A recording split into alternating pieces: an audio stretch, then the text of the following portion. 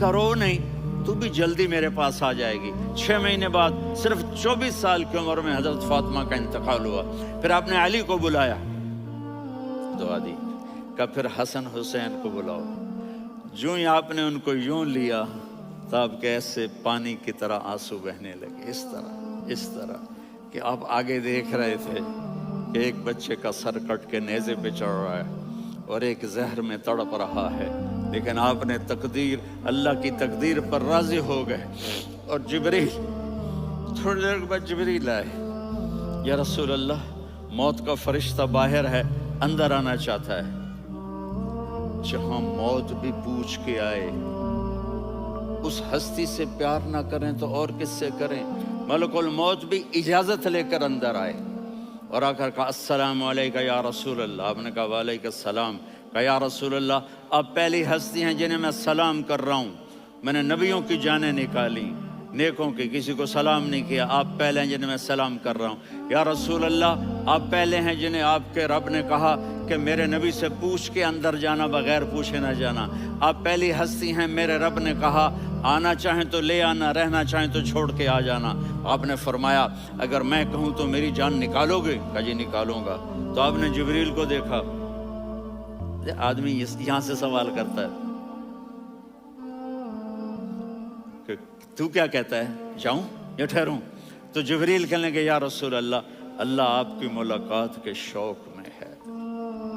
اوپر سارے سٹیج سج گئے ہیں آپ کے ویلکم کہنے کے لیے، آج 7 آسمان کے فرشتے اکٹھے۔ سنو اب میری آخری بات ہے۔